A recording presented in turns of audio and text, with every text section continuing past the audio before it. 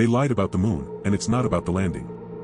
During the Apollo missions, NASA intentionally crashed spent rocket stages into the lunar surface to study moonquakes. Seismometers placed on the moon were supposed to record small, brief vibrations. Instead, scientists witnessed something completely unexpected. The moon rang like a bell, and not just for a few seconds or minutes, but for nearly an hour. On Earth, when solid rock is struck, vibrations fade quickly. Solid objects absorb and dampen energy. But the moon didn't behave like solid rock. It behaved like a massive hollow structure. Some NASA researchers later described the moon as being hollow in places, a phrase that quietly contradicts everything we assume about how natural celestial bodies form.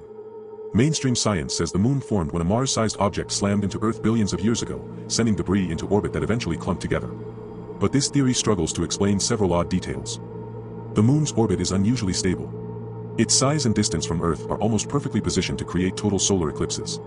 And its internal structure doesn't match what scientists would expect from a body formed through random collision. Because of these inconsistencies, some scientists have quietly admitted that the moon doesn't behave like a purely natural object.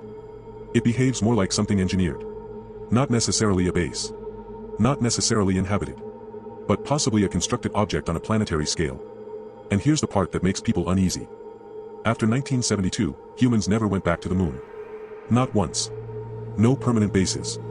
No deep drilling missions. No large-scale exploration. This is despite more than 50 years of technological advancement.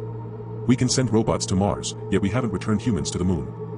Officially, it's blamed on budgets and shifting priorities. Unofficially, some former insiders have hinted that the moon revealed anomalies no one wanted to confront. So maybe the biggest question isn't whether we went to the moon. The real question is, what did we discover up there that made us decide not to return?